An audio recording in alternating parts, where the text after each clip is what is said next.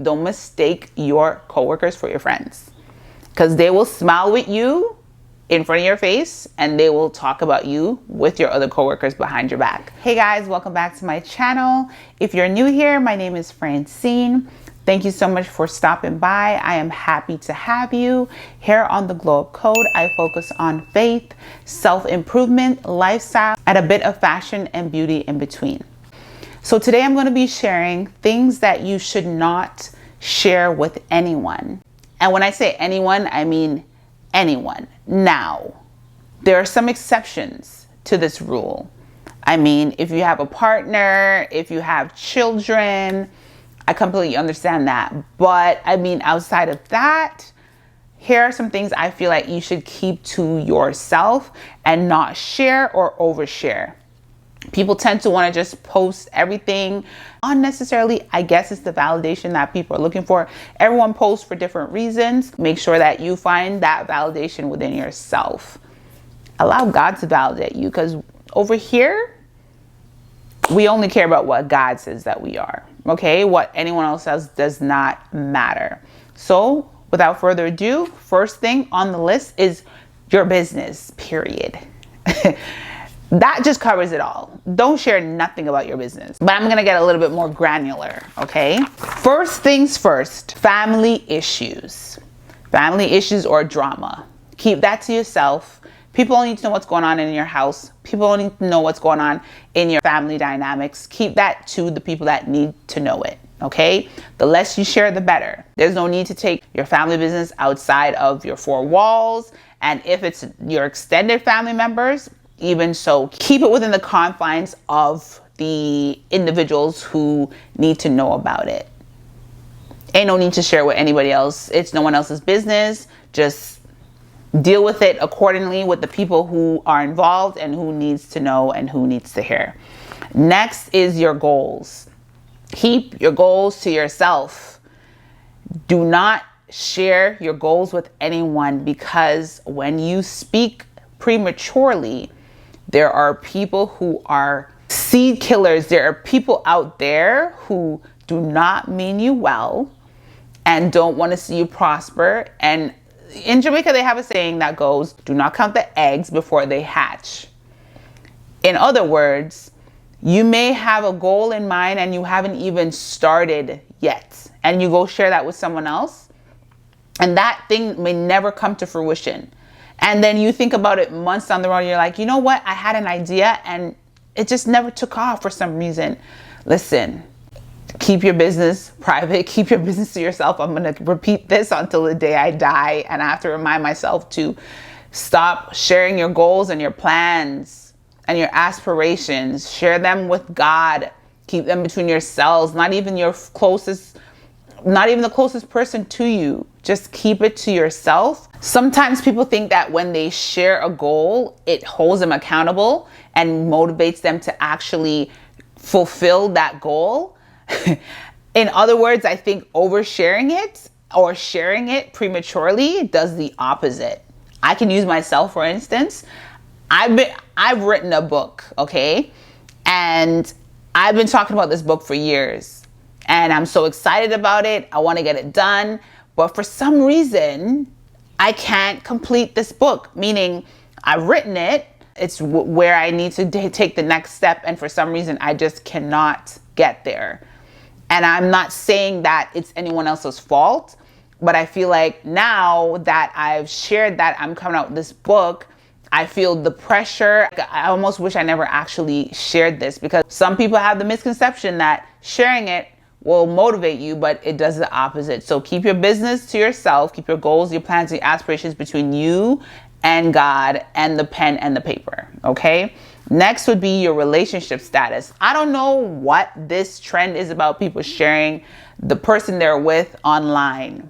I have this conversation sometimes and I'm like, I find that women tend to share who they're dating more than men tend to do it. I don't really know what the reason behind this or the psychology behind that is, but I don't know if it's validation that they're looking for or to say, oh, I have a man or someone that loves me or whatever. But I've never been one to share outside of my closest friends and family who I'm actually in a relationship with. You don't really need to share who you're dating. Like, for why? What's the purpose? I always say to people, what is the reason? What is the motive behind what you're doing? What is actually driving? What is the purpose? What is the purpose? Why do you feel the need to do it? Do you need validation? Why? I don't think it's necessary. I don't think that putting your business out there when it comes to your relationship status is even necessary. No one needs to know. I don't even think anyone really cares. I think you're the only one that cares enough to put it out there. So it's just my humble opinion. But anyways, you can either listen or not. It's up to you. Your feelings towards your coworkers, your boss, or your employer. Keep your thoughts to yourself. And furthermore, don't mistake your coworkers for your friends, because they will smile with you in front of your face and they will talk about you with your other coworkers behind your back. You think you could trust somebody and then find out that you really can't. If you have any sort of ill feeling towards individuals that you work with, I would suggest to not vent to other coworkers about it. I would suggest if there's a problem at your job, you should take it up the proper channel and do it that way and be professional about it. Now, I know sometimes you have a rough day and someone may have rubbed you the wrong way and you want to vent about it to your family. Hey, sure. But don't be bad talk your coworker to another coworker. You don't want to do that. Don't mistake your coworkers for your friends because they're not your friends. I mean, on the off chance, sometimes coworkers do become friends, right? And you can trust them. But the rule of thumb is to just keep your coworkers as what they are, your coworkers, and respect the relationship to that degree. If you have a problem or issue with a coworker, go to your manager. And if you can't go to your manager, go to HR. Do it the professional way. Like, yeah, leave the messy stuff out of it, okay? Fights with your partner. I know it's easy to vent to your girlfriend, to your sister, to your brother about your partner. But you know why that is not the best way to go about it, and the best way to deal with it is to deal with it head on with your partner? Is because what happens is, remember, the people around you love you and they care about you. When you complain about your partner to them and you and your partner have reconciled, how do you think your family is going to feel? And your friends, you think they're going to feel the same way you feel towards your partner? Because they don't have the same relationship and they don't feel the same way. So rightfully so, they're going to be upset, and they may take a longer time to give grace to your partner than you would. So now you've gone and you've vented about something, and now they have this ill feeling towards them. So when they come around, it's going to be awkward or uncomfortable. So the best thing to do is, if you are having a falling out or a quarrel or disagreement or a fight with your partner, take the time that you need to just process your feelings, and then you guys deal with it together. Don't get anyone else involved. It's not necessary. Now, I know if you may have a situation where you need to make a decision about something and you need to tap on like your girl's shoulder or ask for like external advice about something, I don't think that is wrong, but you also have to trust the person that you're confiding in and trust the person that you are asking or letting in or asking for advice, because not everyone is equipped to give you sound and constructive advice where relationships are concerned, because not everyone has your best interest at heart. So be mindful of that. But keep those fights and quarrels and disagreements between the both of you guys. Good deeds. If you're going to do something good for someone, if you're more of this person that believes in doing good things for the community and, you know, and you want to volunteer, I mean, you don't need to share that. Again, I ask why. Always check your heart posture. What is the intent behind the share? Do you have to share that you went to a shelter and you helped share food, or you donated to the women's shelter? Like, why? You can do those things and keep it between you and God. You don't need to share that. That's information that you can keep to yourself.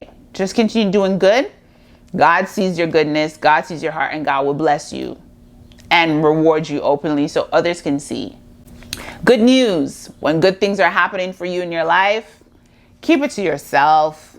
I mean, yes, I know it's easy for us to want to share the good things that are happening for us. We want to let people know that we're up. Yeah, life is good. So I'm going to share it with people. I want people to know that I'm on the up and up. I want people to know that I'm living my best life and things are working in my favor. I just bought a new house. I want to post it up and show that I bought a new house. I bought a new car. Again, I ask why? Why do we need to share these things? I don't feel like you need to share everything. There are some people that show up online and you do not know anything about their personal lives. They use social media for business and business only. I want to be able to champion that art. That's an art in itself. You never seen their kids. You don't know if they're married, if they're single. You have to just keep guessing. I want to live a low profile life. You don't need to know that I bought a house. You don't need to know, like, I have never been the person to share that I bought a house and here's my keys. And people will take that information and do what they will with it. There are some really evil people out there, okay?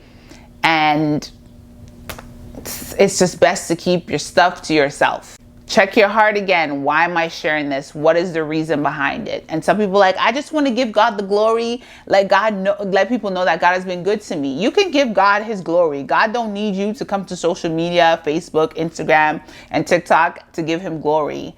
Give him glory in your private room. You don't have to do all of that and put it on blast. Again, what is the reason behind you sharing that you bought a house and you bought a car and you bought a business or you have multiple investment properties? Why? I mean, I bought a house and no one knew. I bought several houses and no one knew. No one needs to know that stuff. So keep your good news to yourself. Your new job, your new car. Like if you're going on a trip, people don't need to know. Some people on here make their money by sharing their personal lives. And hey, that is a personal choice that they've decided to make. But as for me and my life, we gonna stay private. Your financial status and your income, keep it to yourself. Don't be putting out there how much you make and what your financial situation is, if you're in debt or if you're not. Keep that stuff to yourself again. Do not feel the need to share it online. No one needs to know. Frankly, no one cares. If you feel nice to share about how you were able to acquire something and you're educating someone, whether it's about how to get out of debt or educating someone on how to build their credit to be able to acquire something, that is a whole different scenario. But if you're doing it just to gloat or you're doing it just for whatever reason, for your vain desires, then I would say keep that to yourself. No one needs to know but you. And last but not least, your weaknesses. People will use your weaknesses against you, especially when you are in a new relationship. I find that you tend to want to talk about your past and talk about things that didn't work in your relationship. And sometimes that new person in your life may use your weaknesses and your past experiences against you. It'll come up in a conversation where you guys had a fight or of some sort.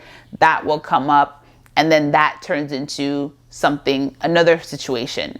Keep your weaknesses to yourself. Personally work on those weaknesses and turn them into strengths. No need to have a conversation with someone about it. No need to share it. That's your business. That's between you and God. Again, nobody else needs to know. So keep those things to yourself. I hope that this information was helpful to you. I know that we live in an age or time where social media is the be all and end all, and people feel the need to share for whatever reason it may be, whether it's to be validated by strangers and followers and subscribers. But understand that not everything needs to be shared, and always check your heart posture and always check your motive behind the share. What is it that you're trying to gain from this?